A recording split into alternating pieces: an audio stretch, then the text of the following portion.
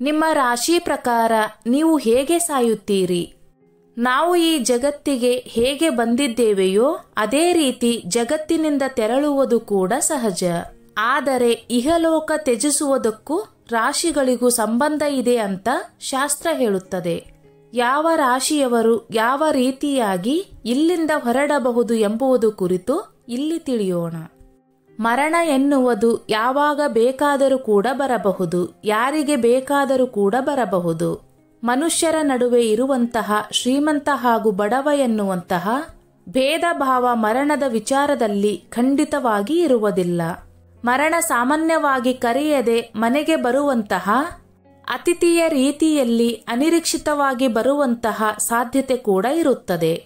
ಇನ್ನು ನಮ್ಮ ಜನರಲ್ಲಿ ಕೂಡ ಕೆಲವೊಂದು ವಿಚಾರಗಳ ಬಗ್ಗೆ ವಿಚಿತ್ರವಾದ ಅಂತಹ ಅಭಿಪ್ರಾಯಗಳು ಹಾಗೂ ಆಲೋಚನೆಗಳು ಇರುತ್ತವೆ.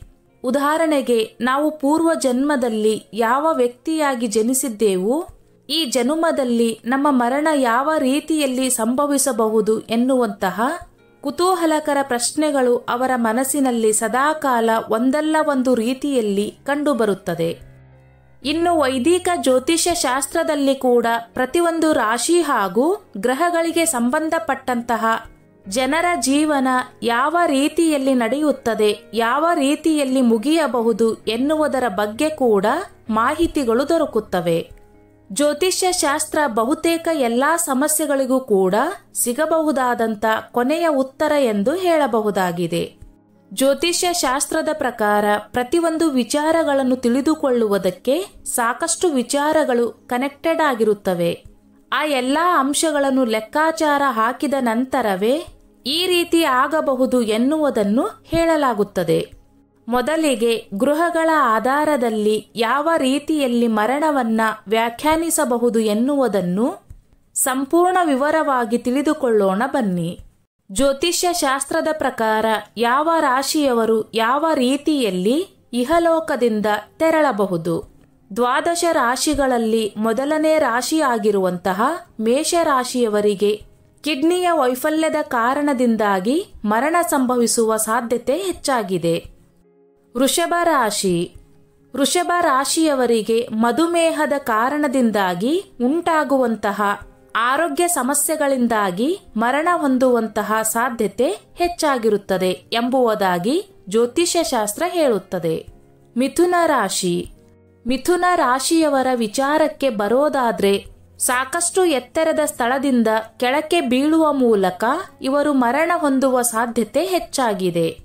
ಕರ್ಕ ರಾಶಿಯವರಿಗೂ ಕೂಡ ಮೇಲಿನಿಂದ ಕೆಳಕ್ಕೆ ಬಿದ್ದು ಮರಣ ಸಂಭವಿಸುವಂತಹ ಅಪಾಯ ಹೆಚ್ಚಾಗಿದೆ. ಅದರ ಜೊತೆಗೆ ಗ್ಯಾಸ್ಟ್ರಿಕ್ ಸಮಸ್ಯೆ ಕೂಡ ಇವರ ಮರಣಕ್ಕೆ ಕಾರಣವಾಗಬಹುದೆಂಬುದಾಗಿ ಜ್ಯೋತಿಷ್ಯ ಶಾಸ್ತ್ರ ಹೇಳುತ್ತದೆ.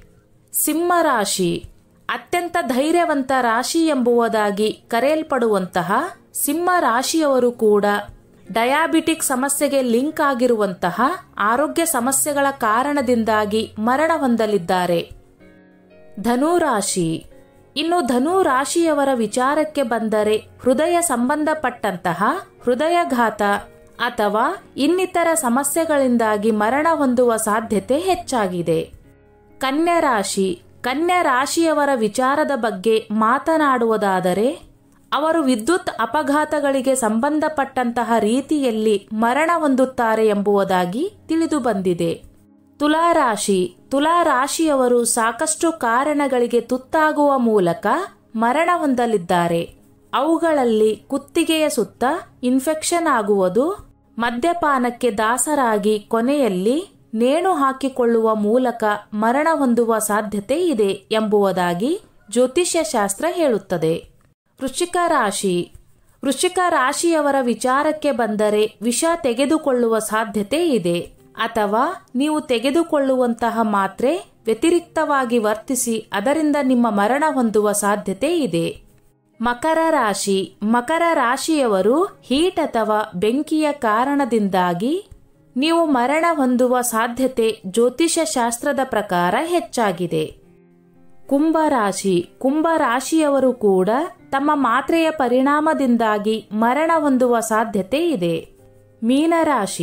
ಮೀನರಾಶಿಯವರು ಅತಿಯಾದ ಮದ್ಯಪಾನ ಸೇವನೆ ಹಾಗೂ ಲೈಂಗಿಕವಾಗಿರುವಂತಹ ಕೆಲವೊಂದು ಆರೋಗ್ಯ ಸಮಸ್ಯೆಗಳಿಂದಾಗಿ ಮರಣ ಹೊಂದುವ ಸಾಧ್ಯತೆ ಹೆಚ್ಚಾಗಿದೆ.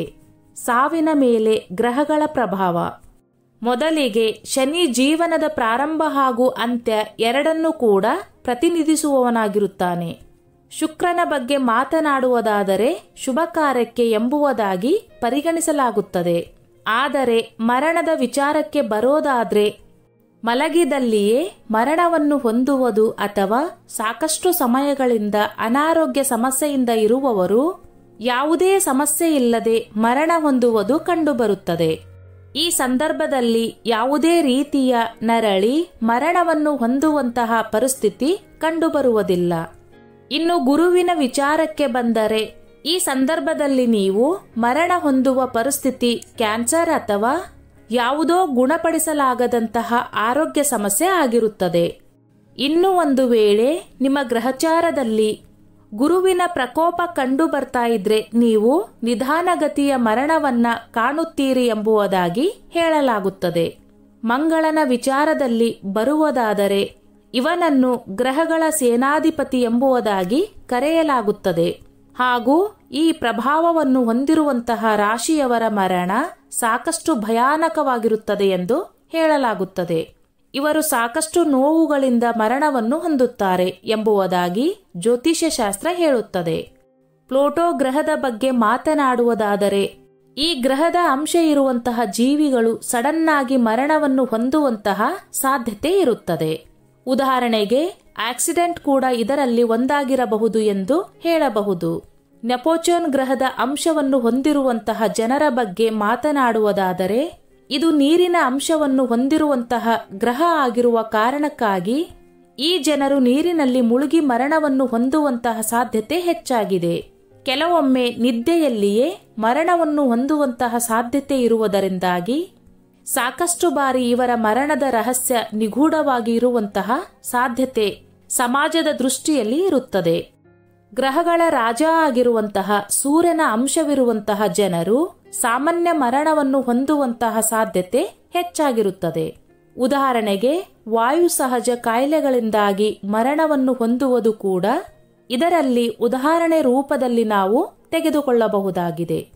ಇಂತಹ ಕೆಲವೊಂದು ವಿಚಾರಗಳು ತಾವು ಯಾವ ರೀತಿಯಲ್ಲಿ ಮರಣ ಹೊಂದುತ್ತೇವೆ ಎನ್ನುವುದಾಗಿ ತಿಳಿದುಕೊಂಡು ಆ ರಾಶಿಯವರು ಆ ರೀತಿಯ ವಿಚಾರಗಳಿಂದ ಸ್ವಲ್ಪ ಮಟ್ಟಿಗೆ ದೂರ ಇರುವಂತಹ ಪ್ರಯತ್ನವನ್ನು ಮಾಡಿದರೆ, ಇನ್ನು ಕೆಲವೊಮ್ಮೆ ಇಂತಹ ವಿಚಾರಗಳನ್ನು ತಿಳಿದ ನಂತರ ತಮ್ಮ ಬದುಕಿನ ಬಗ್ಗೆ ಸ್ವಲ್ಪ ಮಟ್ಟಿಗೆ ಜನರು ವೈರಾಗ್ಯವನ್ನ ತಾಳೋದಕ್ಕೆ ಪ್ರಾರಂಭ ಮಾಡುತ್ತಾರೆ.